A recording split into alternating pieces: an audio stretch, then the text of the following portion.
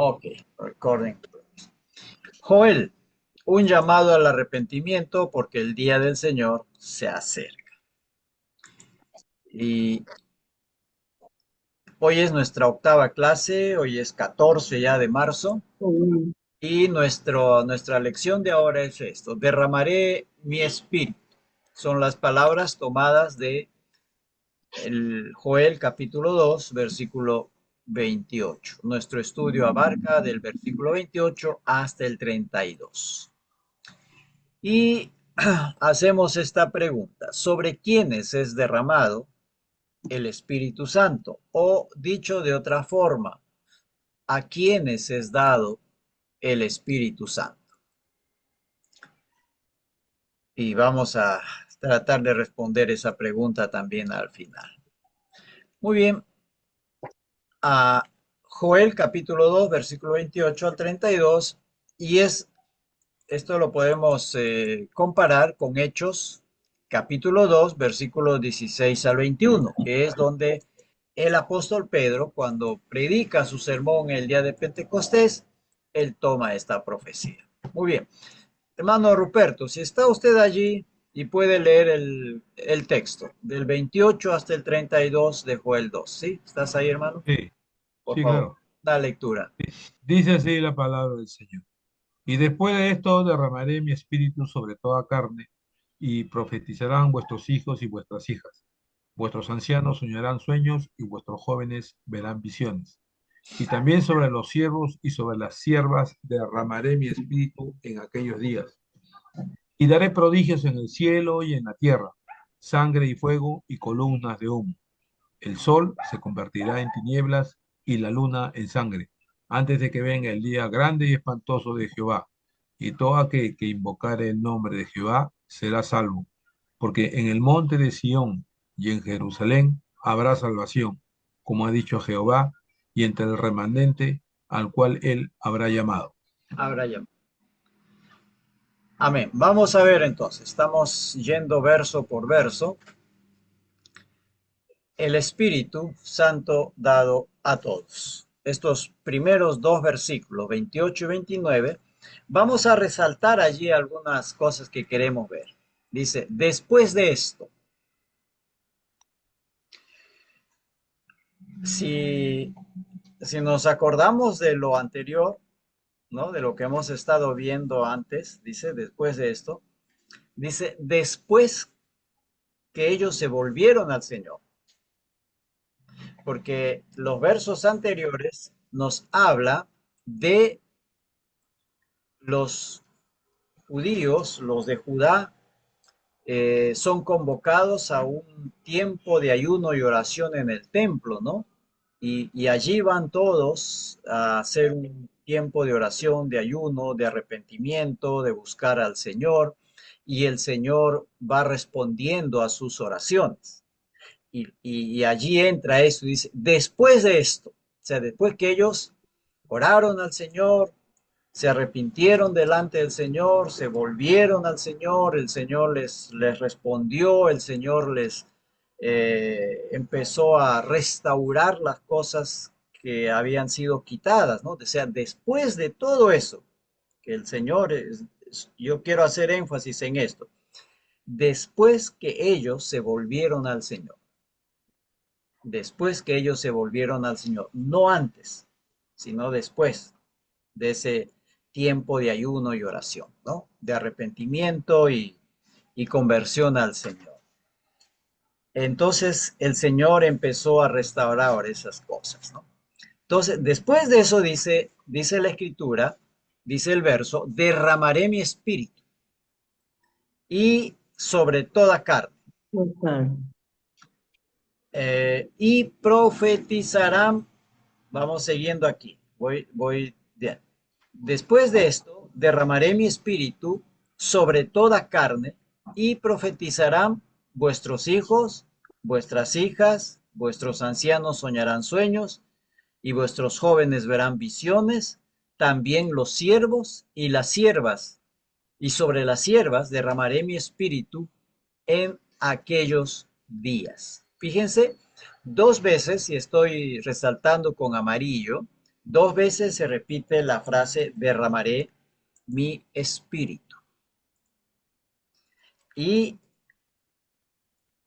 lo que vemos aquí es que el Espíritu Santo es dado o es derramado o viene sobre todos, sin excepción. ¿Quiénes son estos todos? Sobre aquellos que se arrepintieron y se convirtieron al Señor. Sobre ellos, sin excepción, el Espíritu Santo es dado, el Espíritu Santo es derramado. El propósito del derramamiento del Espíritu Santo es que ellos testifiquen del poder de Dios, ¿no? Hablen a otros del poder de Dios, de su Dios, y vivan según la voluntad del Señor. Ese es el propósito, y eso vamos a ver, por ejemplo, con los apóstoles, ¿no? Cuando el Espíritu Santo es derramado, ellos salen a testificar, a predicar el Evangelio, a dar testimonio de palabra y con su vida a otras personas, ¿no? Y hablan del Evangelio. Ese fue el efecto, el resultado de que el Espíritu Santo se derramó vino sobre ellos. ¿Ya? Ahora, este verbo derramar indica una acción permanente sobre aquellos que se convierten al Señor, no sobre los impenitentes. O sea, el Espíritu Santo es constantemente, o sea, siempre va a ser derramado sobre aquellos que se van convirtiendo al Señor, solo sobre ellos, sin excepción de personas. Fíjense aquí, primero dice sobre toda carne y luego dice hijos, hijas, ancianos, luego dice jóvenes, incluye hombres y mujeres, y luego dice siervos y siervas, o sea, esclavos. O sea, aquí no hay acepción de, de personas. Dice hijos e hijas de personas menores, de jóvenes, ¿no? Habla de ancianos, habla de los jóvenes mayores y habla también de esclavos. O sea, no, no hay acepción porque el Espíritu Santo viene sobre aquel que se arrepiente y se convierte al Señor. Esa es la regla. Sobre ellos viene el Espíritu Santo. Por eso dice, después de esto, o sea, después que se arrepintieron y convirtieron al Señor, regresaron al Señor, el Espíritu Santo viene sobre ellos. No antes y tampoco sobre aquellos que no se convierten al Señor. Fíjense que en Israel, los profetas del Antiguo Testamento, y Pablo también en Romanos, nos habla de un remanente. El remanente son aquellos que se han convertido al Señor y viven según el Señor. No, el Espíritu Santo no viene sobre aquellos que impenitentes que no quieren saber nada con el Señor. O sea, aquí hay una promesa al pueblo de Dios, a los judíos en este caso, a los de Judá en este caso, eh, pero no es sobre todo el mundo, sobre todo, sino sobre aquellos que se arrepienten. Y no importa, en estos que se arrepienten, no importa quién sea, si es un anciano, es un joven, es un esclavo, es un niño, es una niña, es una esclava, no importa. Se arrepintió y se convirtió y el Espíritu Santo viene sobre ellos. Esa es la promesa. Pero esta promesa, Pedro luego va a hacer que no solo es para los judíos, sino que alcanza a todo el mundo, a los gentiles, ¿no? Porque ellos también se arrepentirán, se convertirán al Señor y el Espíritu Santo vendrá sobre ellos. Ahora, toda profecía, sí, pues, toda profecía eh, siempre tiene un contexto donde se da. Y esta profecía de Joel se da en el contexto de una plaga de langostas, que esa plaga viene y arrasa con todo, todo lo que es verde, todos los campos de cultivo son arrasados. Y todo lo que es verde, aún la naturaleza salvaje es arrasado por esta plaga de langostas. Y eso implica que también muere el ganado, ¿no? Los animales y todo eso. Entonces, en ese contexto se da esta profecía. Y cuando el profeta anuncia la palabra del Señor, esa profecía debe tener relevancia a aquellos que les está sucediendo, en este caso, aquellos que están sufriendo esta plaga de langostas. A ellos debe ser relevante, porque de nada sirve decir, esto va a pasar en el futuro. Sí, pues, pero ¿de qué me sirve aquí a mí ahora, que yo estoy en necesidad? ¿No? ¿De qué me sirve decir que la profecía solo todo es para el futuro? Sí, pues está bien, de aquí a 1000, 2000 años, 3000 años, pero ¿qué hago yo ahora que estoy en esta necesidad? Entonces, la profecía debe ser relevante a las personas sobre las cuales viene esa profecía. Eso hay que entender. Entonces, la profecía es la comunicación de la palabra del Señor a su pueblo. El profeta Joel es levantado por el Señor y anuncia esta profecía a los que están sufriendo esta plaga de langostas. La profecía, y aquí hay que entender un poquito, la profecía puede referirse a acontecimientos pasados, presentes y futuros. Por ejemplo, ¿cómo es que cuando Moisés escribió Génesis, son cosas del pasado? Nadie estuvo allí y Moisés tampoco.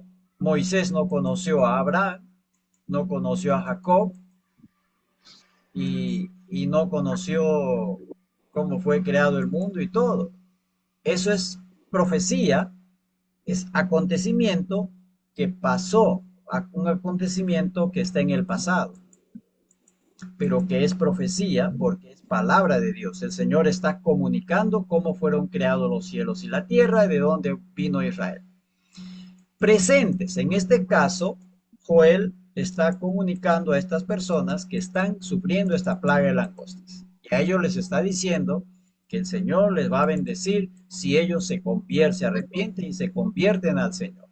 Y el Señor vendrá y restaurará y va a derramar su espíritu sobre ellos, ¿no? Que se convierten. Futuro, eh, a- acontecimientos que van a suceder más adelante, en el futuro. Eventos que van a suceder más adelante. Pero pero esos eventos que suceden en el pasado empiezan en un contexto presente. En este caso, lo presente es la plaga de langostas. Desde allí empieza esta profecía que se proyecta hacia el futuro. Por eso es que Pedro lo toma en Hechos, para hablar del derramamiento del Espíritu Santo. 800 años después lo toma Pedro. Pero es una profecía que se inició en un contexto de, de mucha necesidad por esta plaga de langostas. Allí empieza y se proyecta hacia el futuro. Pero la profecía misma va a animar, a ayudar a esa gente que está desanimada y desamparada porque toda su economía ha colapsado. Pero el Señor le está prometiendo restaurar y bendecir después de esa plaga de langostas. ¿Por qué? Porque ellos se arrepintieron y regresaron al Señor. Para ellos, para los que están viviendo ese momento. Pero esa profecía también nos alcanza más adelante a nosotros. Siga, aquí quiero explicar algo sobre la profecía, ¿no? Eso estoy tratando de hacer, porque cuando se habla de profecía, siempre se habla cosas que van a suceder en el futuro. Y no es siempre tenemos la idea de una profecía que siempre es predictiva, o sea, lo que va a pasar. No, como dije en el segundo párrafo, la profecía abarca, la profecía en sí es la palabra de Dios que es comunicada y puede referirse a acontecimientos del pasado, del presente y del futuro.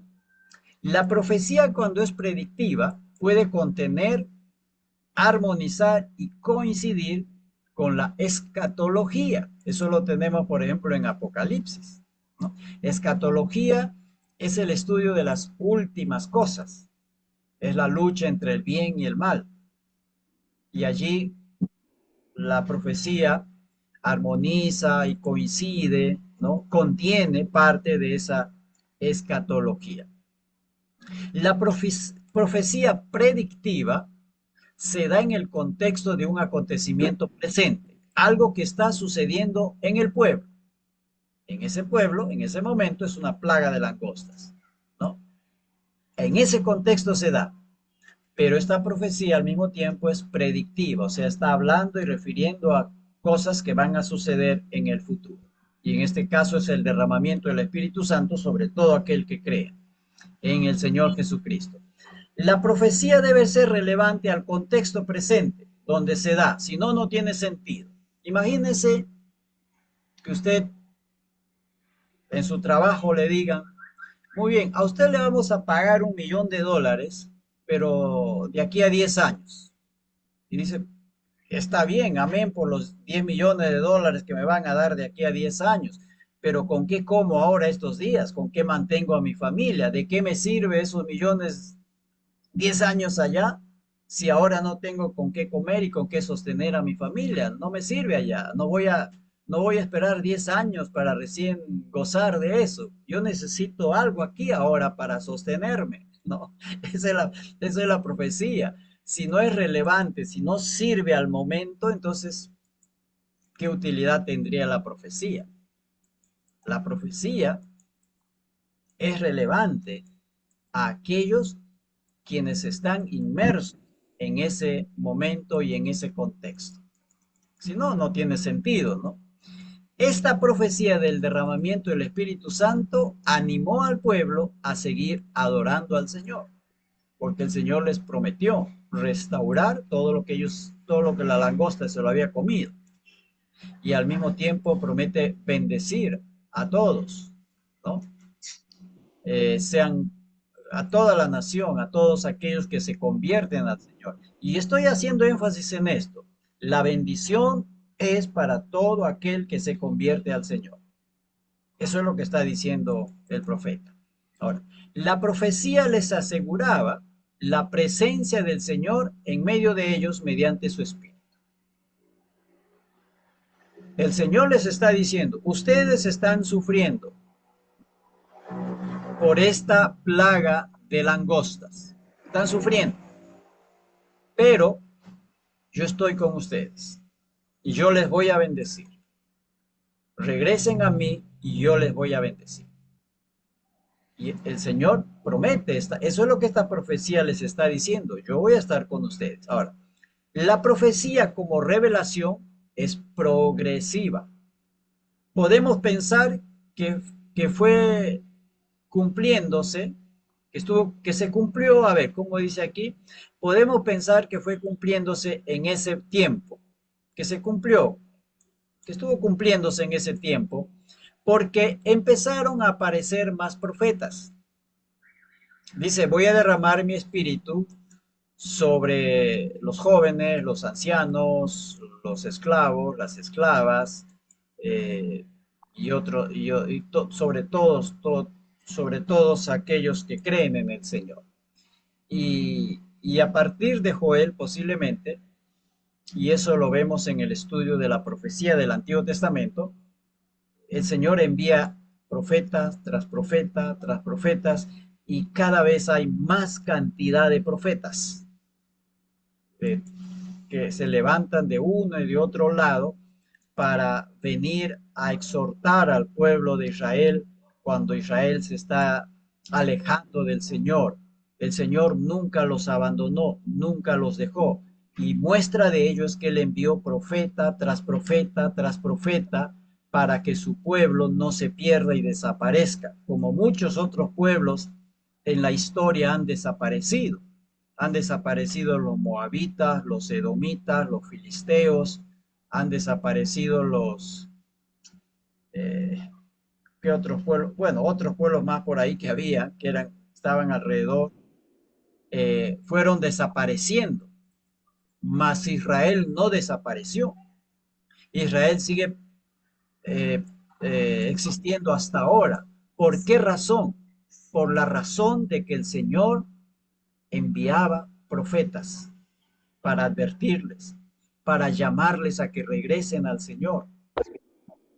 Por eso es que Israel nunca desapareció, sigue presente hasta ahora, porque el Señor estuvo y está con ellos mediante su espíritu, con ese remanente, con esos fieles creyentes, con ellos el Señor sigue.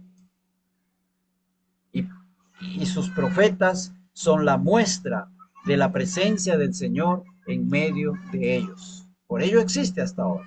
¿Cuántos pueblos han desaparecido y no sabemos más de ellos, no?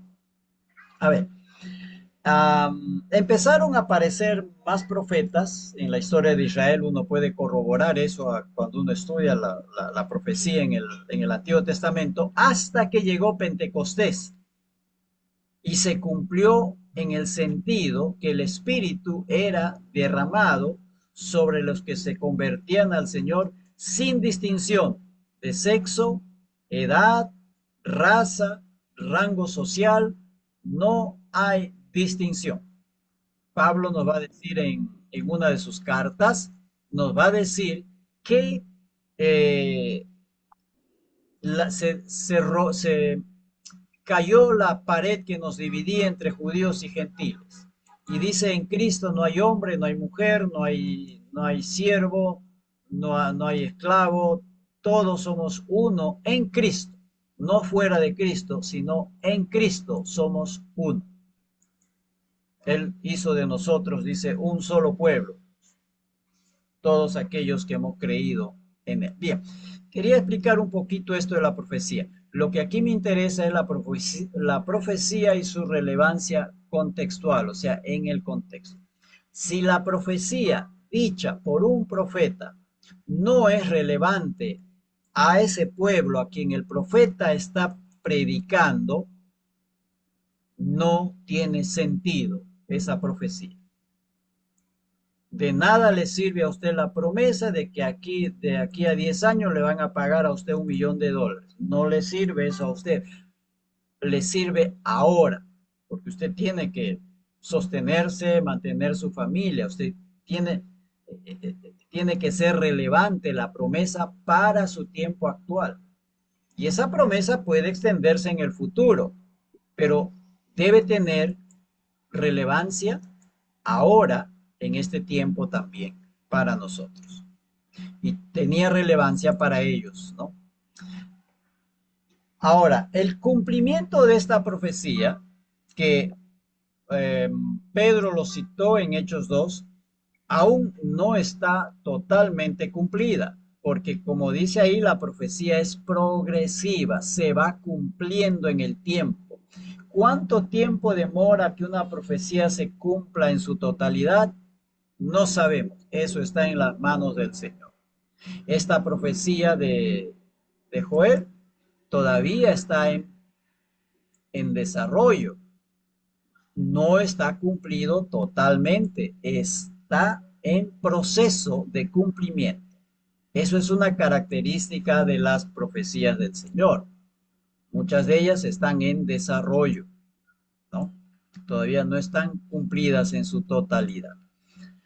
Ahora, sigamos con el texto. Presagios antes del día del Señor.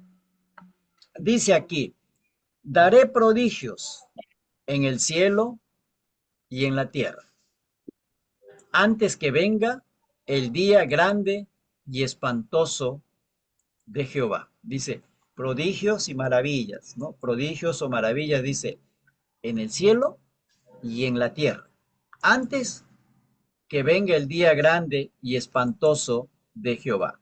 Dice, sangre y fuego y columnas de humo son aquellos prodigios, dice, maravillas, cosas portentosas que van a suceder en la tierra. Sangre, fuego y columnas de humo.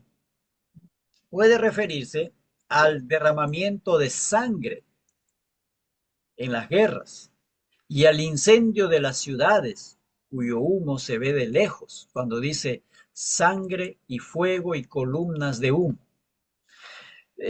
No sé cuántos se acuerdan cuando las Torres Gemelas en Nueva York fueron derribadas, ¿no? Por estos aviones y, y se veían algunas fotografías tomadas de lejos, las columnas de humo que subían al cielo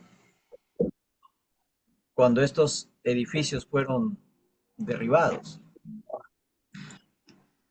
Y Joel, para su época, está pensando en ciudades que son en tiempo de guerra son incendiadas y se ve el humo a lo lejos. Bueno, no estamos muy lejos de eso, ¿no? Ahora que hay guerras en Medio Oriente y entre Rusia y Ucrania. Cuando se disparan los misiles o van los drones, entonces tenemos fotografías y filmaciones de, de incendios inmensos, ¿no? Cuando, por ejemplo, alcanzan una planta de procesamiento de petróleo, ¿no? O depósitos de petróleo, arde por muchos días y su flama es inmensa. Eh, entonces parece que el profeta está hablando de ese derramamiento de sangre, de ese incendio de las ciudades, pues, y nosotros lo estamos viviendo y viendo a través del internet, de la televisión, en estas guerras que ahora están sucediendo, tanto en Ucrania con Rusia y también en Medio Oriente, Israel contra los otros países, ¿no? Lo vemos ahora, no estamos lejos de eso. Siempre se atacan las ciudades y se incendian. Muy bien, entonces, cuando luego dice el sol se convertirá en tinieblas y la luna en sangre. Esto habla de prodigios en el cielo. El sol y la luna se refieren en el cielo, el sol y la luna, ¿no? El sol se convierte en tinieblas, la luna como sangre.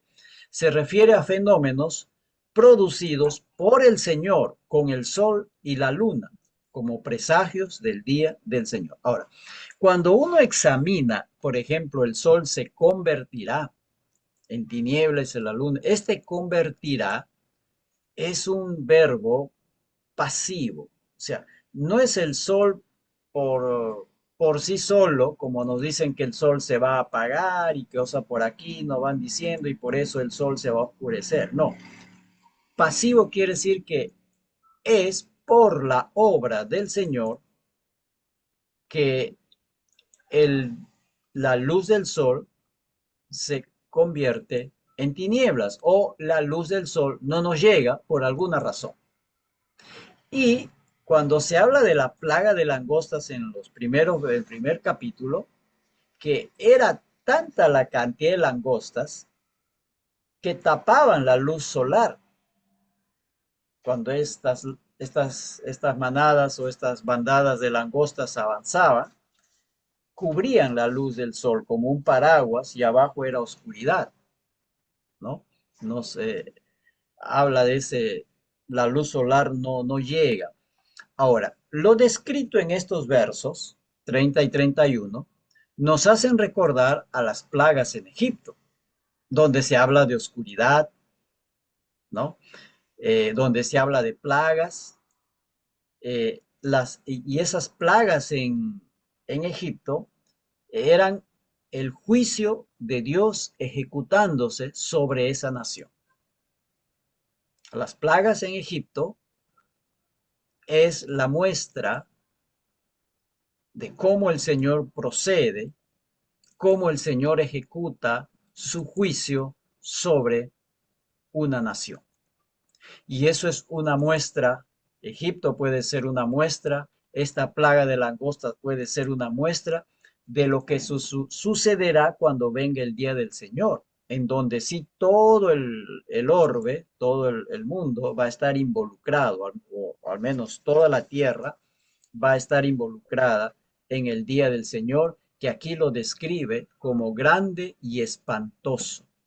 Entonces va, eh, en otras partes la profecía nos dice, antes que el Señor venga, habrá guerras y rumores de guerras, hambres, terremotos y toda clase de, de catástrofes naturales, tanto en Así. la tierra como en el cielo. Y eso es exactamente lo que pienso que está Joel diciéndonos cuando habla que en la tierra habrá sangre, fuego y columnas de humo, y en el cielo el sol y la luna se oscurecen, y la luna va a tener un color como de sangre. Es lo mismo que más adelante, cuando, por ejemplo, en Mateo en 20, 25, 24, 25, 26 por allí, nos dice que habrá guerras, rumores de guerras, hambres, pestilencias, terremotos, toda clase de catástrofes antes que el Señor venga. Y es exactamente lo que Joel nos está diciendo también aquí. Y este último verso, y todo aquel que invocare, todo aquel, dice, todo aquel, ello indica sin acepción de personas, otra vez, como en el versículo 28, después de esto dice, derramaré mi espíritu sobre toda carne. Y aquí dice, y todo aquel que invoca, o sea, igual, sin acepción de personas. Y todo aquel que invocare el nombre de Jehová será salvo. Este de invocar el nombre de Jehová es tanto una expresión pública, que públicamente doy testimonio de que soy creyente, como también es una expresión interna, es una expresión interna. O sea, yo internamente invoco el nombre del Señor. Porque hay algo que nosotros que muchas veces hacemos. Invocamos al Señor, como dice Isaías, de labios para afuera, pero mi corazón sigue lejos del Señor. Pero cuando aquí se usa este verbo invocar, indica una expresión de algo externo que todo el mundo lo va a ver, pero al mismo tiempo es también una invocación en mi corazón. O sea, no solo estoy invocando al Señor de labios para afuera, sino que lo estoy haciendo desde mi corazón o con mi corazón o desde lo más interno y lo más íntimo de mi ser, yo estoy invocando al Señor. No es una invocación de labios para afuera, sino una invocación que nace en el corazón. Hay la expresión externa y la expresión interna, que solo yo sé si realmente estoy invocando de corazón al Señor. Describe una acción, este verbo describe una acción persistente, constante. La acción está directamente relacionado con el nombre de Jehová.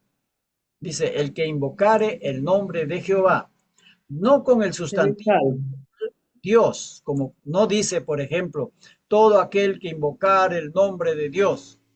Dios es el nombre, es el sustantivo general. Dios puede ser un Dios falso, un Dios verdadero, un ídolo. La palabra Dios es el vocablo, el sustantivo general para referirse a cualquier Dios, sea falso o verdadero. Pero aquí está diciendo que es el nombre de Jehová. Se especifica a cuál Dios estamos invocando. El, cuando Moisés le pregunta al Señor, ¿cuál es tu nombre? Él dice, yo soy el que soy, ¿no? De ahí viene Jehová o Yahvé, como quieran llamarlo. Y es el nombre con el cual Dios es conocido.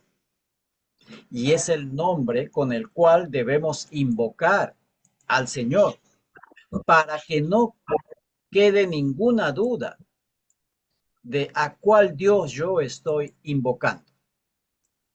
Debe ser ese nombre, es sobre ese nombre. Y ese nombre luego es el nombre de Jesucristo, porque no hay otro nombre dado a los hombres bajo el cielo en el cual puedan ser salvos, ¿no? Sino el de solamente el nombre del Señor Jesucristo, solo en ese nombre. Y aquí, porque todo lo que se atribuye a Jehová Dios, se atribuye después a Jesucristo, porque Él es Dios hecho hombre. Vamos a ver luego un texto. Entonces, ese invocar es un invocar al nombre de Jehová. ¿Ok? Será salvo. El que invoca el nombre de Jehová será salvo. Y aquí quiero resaltar con rojo tres palabras. Salvo, será salvo, habrá salvación y el remanente. Estas tres palabras, el ser salvo es verbo, salvación es sustantivo y remanente también es sustantivo. Pero estas tres palabras se pueden traducir como escape o escapar. Indica escapar de un conflicto, escapar de una situación difícil, que la persona está dentro de un conflicto, está pasando un conflicto y logra escapar de ese conflicto, de esa situación de peligro, escapa de allí. Esa es la idea de esta palabra. No es que la persona está fuera del conflicto y que está mirando el conflicto desde afuera, no, sino que la persona está dentro del conflicto, dentro del peligro, y de ahí, de en medio de ese peligro escapa. Eso es lo que estas palabras van describiendo. Será salvo, salvación, el remanente. Hablan de escapar o de ser rescatados, sacados de ese conflicto, sacados de esa situación de peligro. Entonces son salvos, dice el que invoque el nombre de Jehová, salvos, porque fueron rescatados de en medio del peligro o del conflicto y fueron rescatados por el Señor. No, no salieron de ese conflicto por su esfuerzo humano, sino porque el Señor los sacó. No salieron de allí con su propio esfuerzo, sino que salieron por la fuerza y el poder del Señor. Esa es la idea de estas palabras. ¿Se acuerdan cuando los discípulos estaban cruzando el mar de Galilea, ¿no? Bastante conocido este pasaje en la tormenta. Ellos están desesperados porque ya la barca está que se hunde, los vientos son muy fuertes y la barca está pues en peligro de hundirse y ahogarse todos los discípulos que estaban allí. Y el Señor Jesús estaba allí. Cuando el Señor Jesús se despierta y ordena y dice, pues que se aquieten los vientos y las olas, entonces ellos fueron, los discípulos, fueron salvados del peligro, no por su propio esfuerzo, sino por el poder del Señor Jesucristo. Por él fueron salvados, porque ellos estaban que echaban el agua, maniobraban y ya era imposible permanecer a flote. De seguro que se iban a ahogar. Pero entonces el Señor se levanta y ordena que vuelva todo a la calma. Y ahí nos da la imagen, una imagen muy clara, que ellos son librados de esa situación de peligro, no por su esfuerzo, sino por el poder del Señor. Eso es la idea cuando aquí dice, el que invoca el nombre del Señor será salvo. O sea, será rescatado de la situación de peligro, logrará escapar, logrará salir. Pero ¿por qué? Porque el Señor los ha sacado de esa situación. ¿Qué más dice aquí? Eh, entre el remanente al cual Él habrá llamado. El Señor es quien rescata. La acción no es nuestra.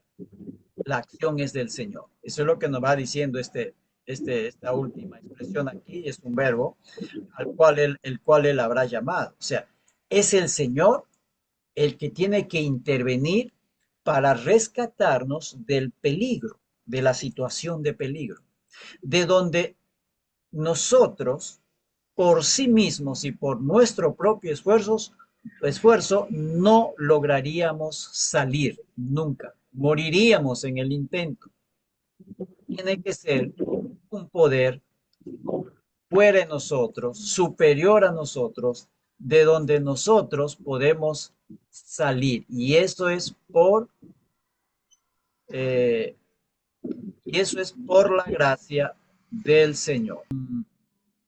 Que alguien lea Romanos 10:13. 10:13, por favor. Romanos 10:13. Romanos 10:13.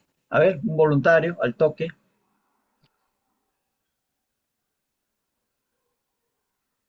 10:13. Ajá. Porque todo aquel que invocar el nombre del Señor será salvo. Ahí está. ¿A quién se está refiriendo ahí? Si leemos unos versículos anteriores, ¿no? Creo que está en el 8, está hablando del Señor Jesucristo, el apóstol Pablo.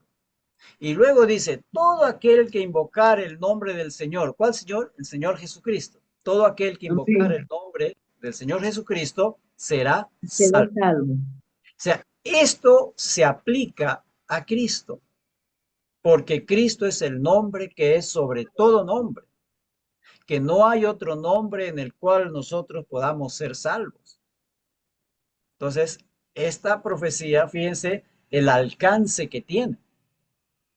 Cuando Pedro lo toma en el Pentecostés, nos muestra ese derramamiento del Espíritu. Y el Espíritu Santo es el sello y la muestra de quién es creyente.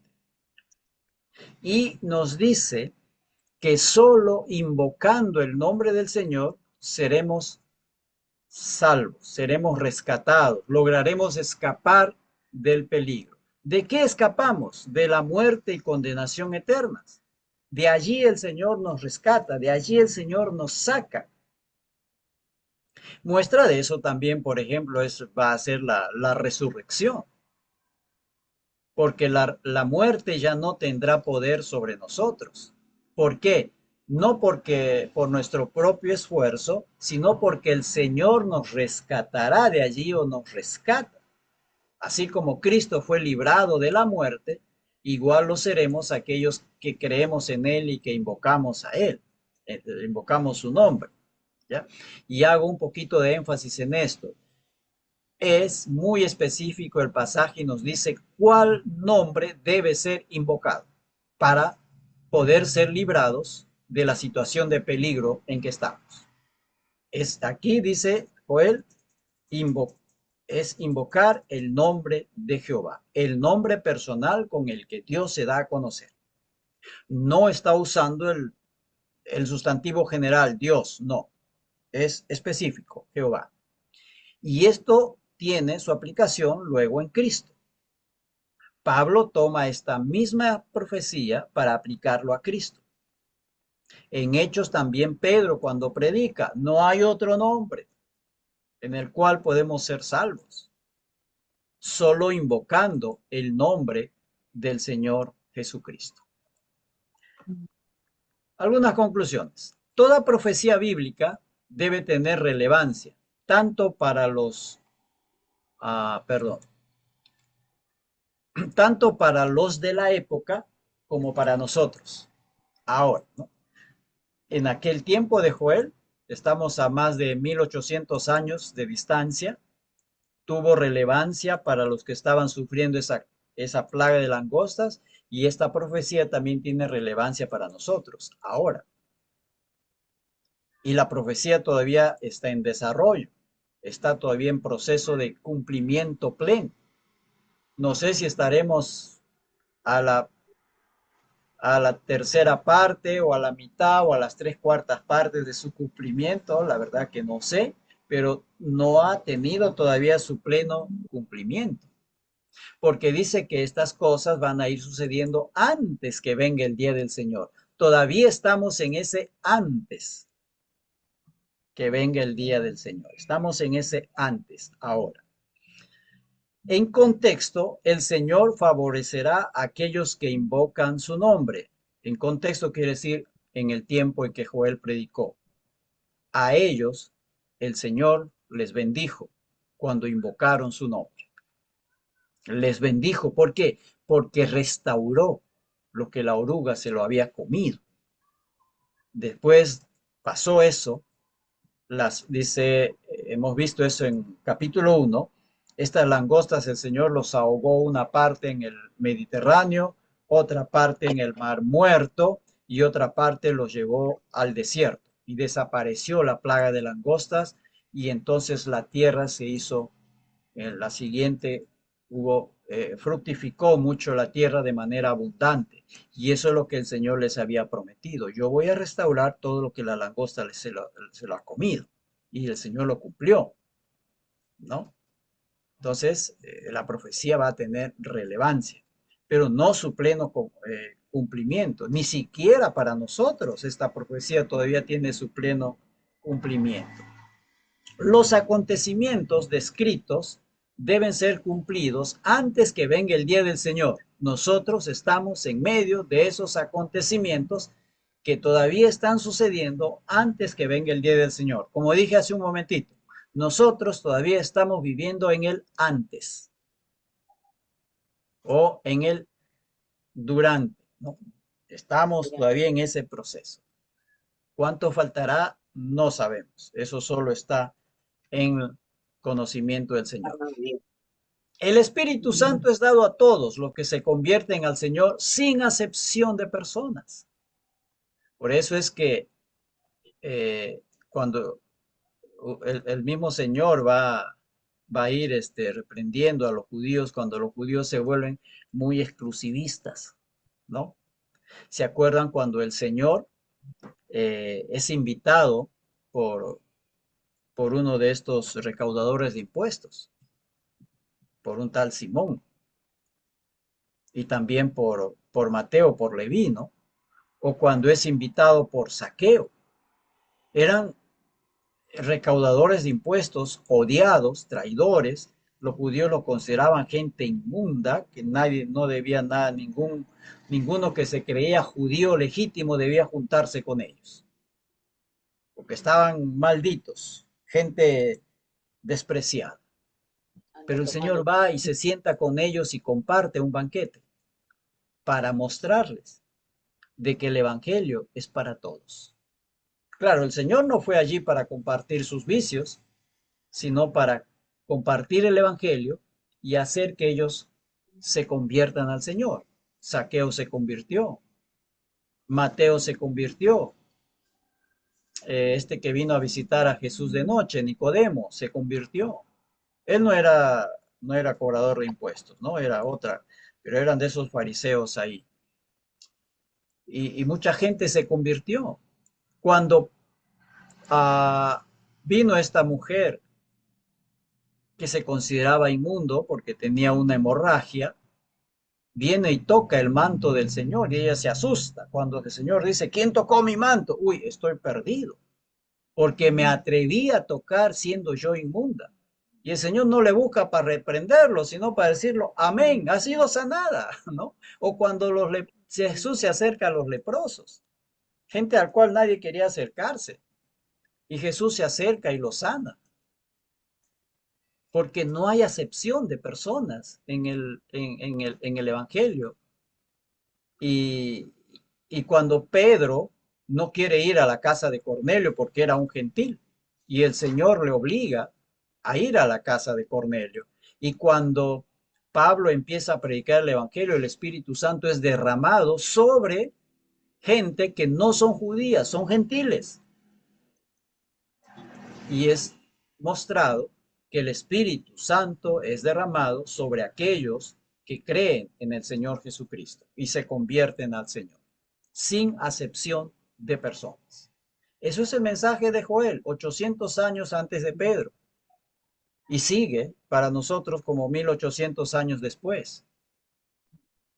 El Espíritu Santo sigue viniendo sobre aquellos que invocan el nombre del Señor, que se convierten al Señor por la fe en Cristo. No importa quién seas, no hay rango social, político o económico, no es asunto, no hay sexo allí, eso, o sea, no es asunto de que solo los hombres y las mujeres no, o solo, no hay niños, jóvenes, dice siervos, o sea, esclavos, esclavas, sin acepción de persona. El Espíritu Santo es el sello y marca del creyente. Eso nos dice Pablo en Efesios 1:13, que Él es el sello, la marca del que ha creído, porque es con el Espíritu Santo que el Señor nos sella y eso es la marca de que somos hijos de Dios.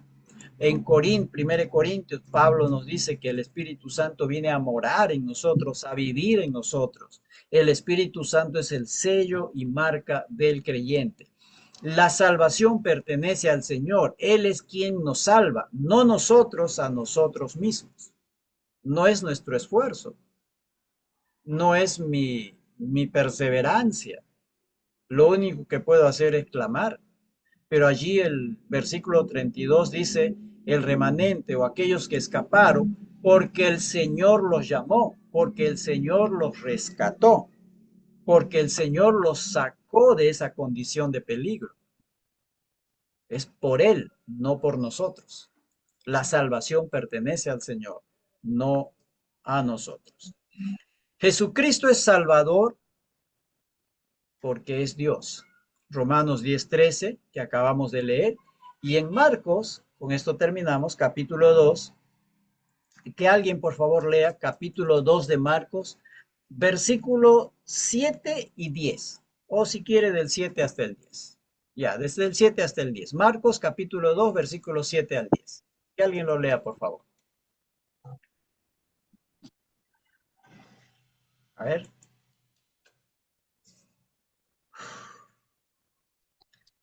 ¿Ya lo encontraron? Marcos 2, versículo 7 hasta el 10. Es un pasaje muy conocido también. ¿Por qué la palabra está así? Blasfemáis, dice. ¿Quién puede perdonar pecados sino solo Dios? Y conociendo luego Jesús en su espíritu que cabalgaban de esta manera dentro de sí mismos, les dijo, ¿por qué caviláis así en vuestros corazones?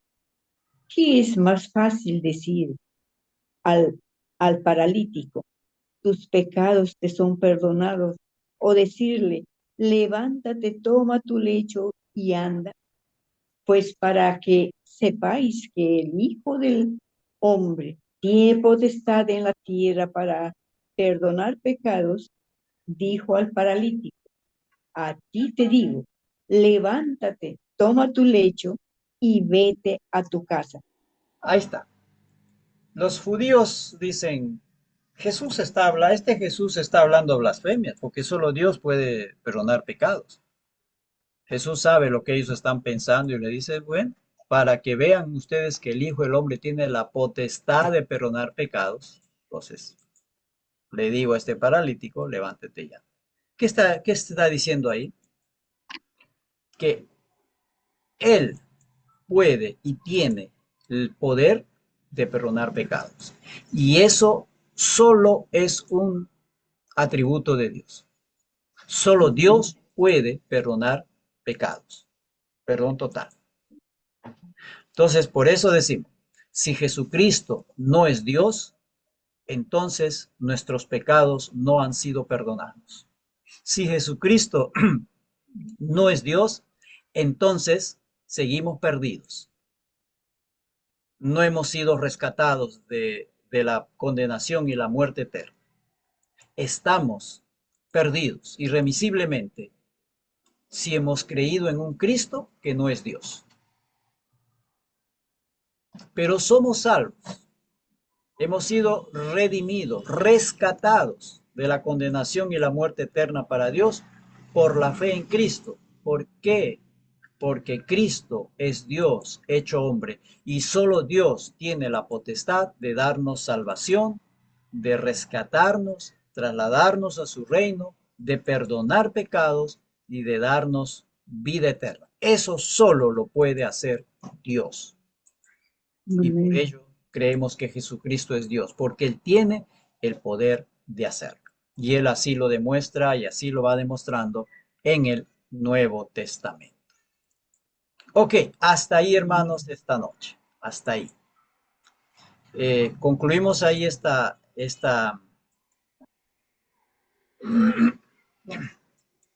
clase.